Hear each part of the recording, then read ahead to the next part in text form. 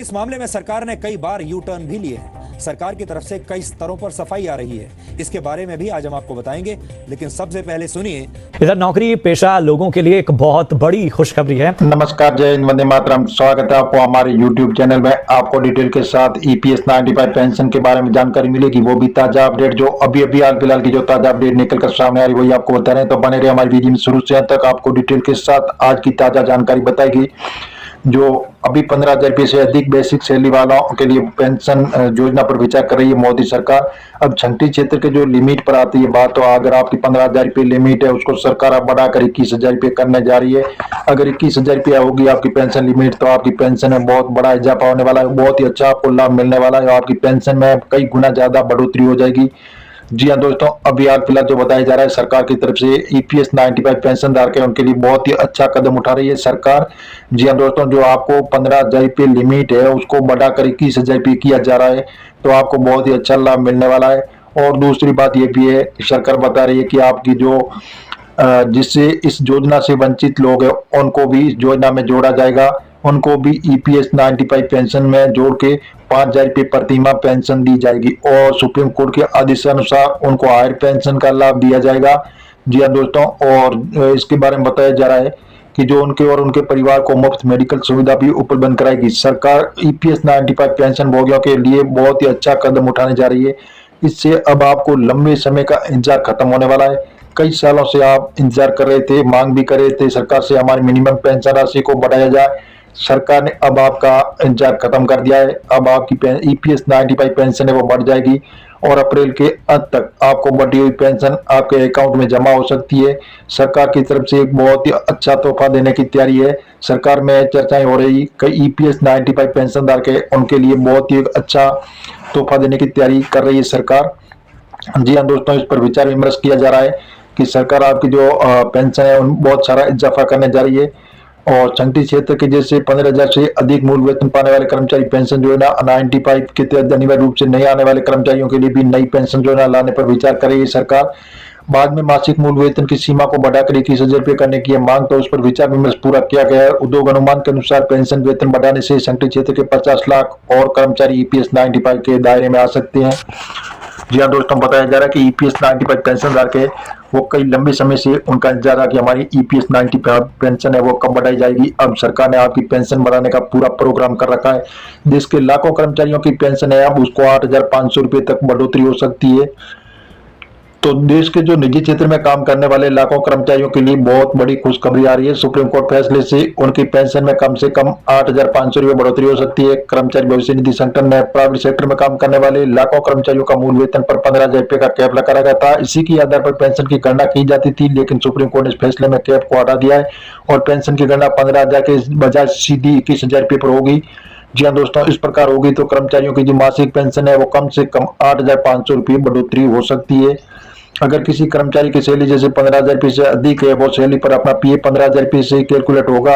अगर किसी कर्मचारी का जैसे 50,000 रुपये और वह 50,000 रुपये पर अपनी पेंशन कैलकुलेट करवाना चाहता है तो वैसा नहीं कर सकता है। इसका कारण यह है कि EPFO की ओर से 15,000 रुपये पर कैप लगाया हुआ है। ये कैप अब हटने वाला है। हालांकि इस मामले को लेकर कोर्ट में सुनवाई भी चली है। अगर ये सुप्रीम कोर्ट वेतन सीमा को खत्म करता है तो PF का कैलकुलेशन उच्चतम ब्रैकेट पर किया जाएगा और मूल वेतन 15,000 रुपये से अधिक होने पर PF का पैसा भी उच्चतम स्तर पर काटा जाएगा। सुप्रीम कोर्ट के फैसले से कर्मचारियों को कई गुना ज्यादा पेंशन मिलने का अनुमान बताया जा रहा है।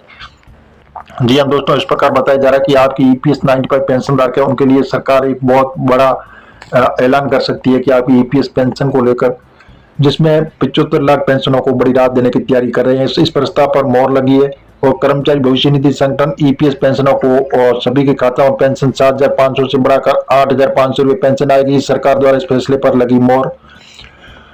कमांडर अशोक जी रावत ने कहा कि इस फैसले से मैं बहुत खुश हूं, अब जल्दी आएगी सभी के खातों में पेंशन। बताया जा रहा है कि अब पेंशन जो जिसको 7,500 रुपये मिल रही थी उनको अब 8,500 रुपये मिलेगी। कल CBT की मीटिंग में ये भी बड़ा फैसला लिया गया है जो बहुत ही अच्छी बात है। पेंशनों को अब कोई भटकने की जरूरत नहीं है, पेंशन जल्दी पेंशन भोगियों के खाते में आने लगेगी। कल CBT की मीटिंग में मेडिकल की सुविधा को लेकर एक फैसला भी लिया गया है। अच्छी मेडिकल की सुविधा आपको मिलेगी। सरकार की तरफ से बहुत बड़ा ऐलान किया गया है कि अब मेडिकल सुविधा को लेकर भी एक अच्छा प्रस्ताव किया है जिसमें बताया जा रहा है कि जो मेडिकल सुविधा है आपको बहुत अच्छी मिलने वाली है। आपकी पेंशन जैसे 7,500 और 8,500 से लेकर 9,000 रुपए तक किया जाएगा। कल सीबीटी की मीटिंग में बड़ा फैसला लिया गया, जो बहुत अच्छी बात है। पेंशनों को भटकने की भी जरूरत नहीं होगी, पेंशन जल्दी पेंशन भोगियों के खाते में आने लगेगी। कल सीबीटी की मीटिंग में मेडिकल की सुविधा को लेकर भी फैसला लिया गया है। अच्छी मेडिकल की सुविधा आपको मिलने वाली है। न्यूनतम पेंशन 9 गुना करने की तैयारी, सरकार न्यूनतम पेंशन 9 गुना करने जा रही है। इस बारे में श्रम मंत्रालय के प्रस्ताव पर मंगलवार को ईपीएफओ बोर्ड की बैठक में चर्चा होगी। सूत्रों के मुताबिक इस प्रस्ताव पर मोहर लगने के बाद सरकार आपकी पेंशन है वो न्यूनतम 1,000 से बढ़ाकर 9,000 रुपये कर सकती है। ईपीएफओ आपकी सैलरी लिमिट को 21,000 करने के लिए विचार कर रहा है, जिस पर करोड़ों कर्मचारियों को मिल सकता है फायदा। कर्मचारी भविष्य निधि संगठन यानी ईपीएफओ से जुड़ी महत्वपूर्ण जानकारी सामने आई। ईपीएफओ की ओर से उठाए गए इस कदम से करोड़ों कर्मचारियों को लाभ मिलेगा। ईपीएफओ की ओर से जल्दी सैलरी लिमिट को बढ़ाया जा सकता है। कर्मचारी भविष्य निधि यानी ईपीएफओ से जुड़ी महत्वपूर्ण जानकारी सामने आई और सरकार ने उठाए कदम और करोड़ों कर्मचारियों को लाभ मिलेगा। ईपीएफओ की ओर से जल्दी सैलरी लिमिट को बढ़ाया जाएगा। लिमिट 15,000 रुपये जिसे बढ़ाकर 21,000 रुपये होगा और हर महीने आपको सरकार उच्च स्तरीय समिति ने सैलरी लिमिट को बढ़ाने का प्रस्ताव दिया। ये प्रस्ताव इस पर संगठित क्षेत्र कर्मचारियों को लाभ मिलेगा। इसके अलावा कम से कम 75 लाख और कर्मचारी भविष्य निधि संगठन से जुड़ पाएंगे। देश के लाखों कर्मचारियों की पेंशन है वो 8,500 रुपये तक हो सकती है बढ़ोतरी। और देश के निजी क्षेत्र में काम करने वाले कर्मचारियों के लिए भी बहुत बड़ी खुशखबरी है। कोर्ट के फैसले से कर्मचारियों की पेंशन है वो कम से कम 8,500 रुपये तक बढ़ोतरी हो सकती है। कर्मचारी भविष्य निधि संगठन प्राइवेट सेक्टर में जो काम कर रहे लाखों कर्मचारियों का मूल वेतन 15,000 रुपये का कैप लगा रखा, तो इसी के आधार पर पेंशन की गणना की जा रही है। तो कोर्ट के फैसले के बाद ये कैप हटेगा और 15,000 की जगह 20,000 रुपये पर होगी। अगर ऐसा होता है तो कर्मचारी मासिक पेंशन कम से कम 8,500 रुपये बढ़ोतरी हो सकती है और कई गुना बढ़ सकती है। ईपीएस पेंशन तो 95 कैसे बढ़ेगी आपकी पेंशन 333%। जी हाँ दोस्तों, बताया जा रहा है कि बहुत ही अच्छी खुशखबरी आ रही है ईपीएस 95 पेंशन धारकों के लिए। तो बने रहे हमारी वीडियो में शुरू से अंत तक, आपको डिटेल के साथ आज की ताजा जानकारी मिलेगी। जो अभी हाल फिलहाल की जो ताजा अपडेट निकलकर सामने आ रही है वही आपको बता रहे हैं। हम मीडिया आधारित आपको बता रहे हैं, सरकार से ऐसी कोई घोषणा नहीं हुई है। आप ऑफिशियल वेबसाइट पर जाकर इनकी जानकारी ले सकते हैं।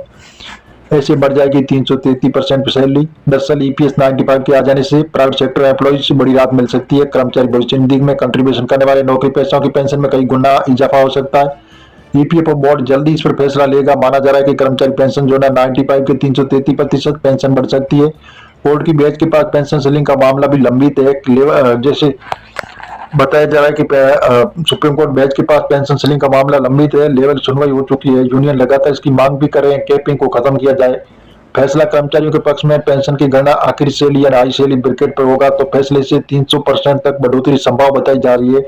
ईपीएफ के तहत पेंशन पाने के लिए यह शर्त है कि 10 साल तक कर्मचारी भविष्य निधि ईपीएफ में योगदान करना होता है। 20 साल की सेवा पूरी करने के बाद 2 साल का वेटेज भी मिलता है। जी हाँ दोस्तों, मीडिया आधारित आपको बता रहे हैं, सरकार से ऐसी कोई घोषणा नहीं हुई है। आप ऑफिशियल वेबसाइट पर जाकर जानकारी ले सकते हैं और मिलेंगे नई जानकारी के साथ। आप नई और पहली बार तो चैनल को सब्सक्राइब कर लीजिए ताकि नई जानकारी रोजाना आपको मिलती रहेगी।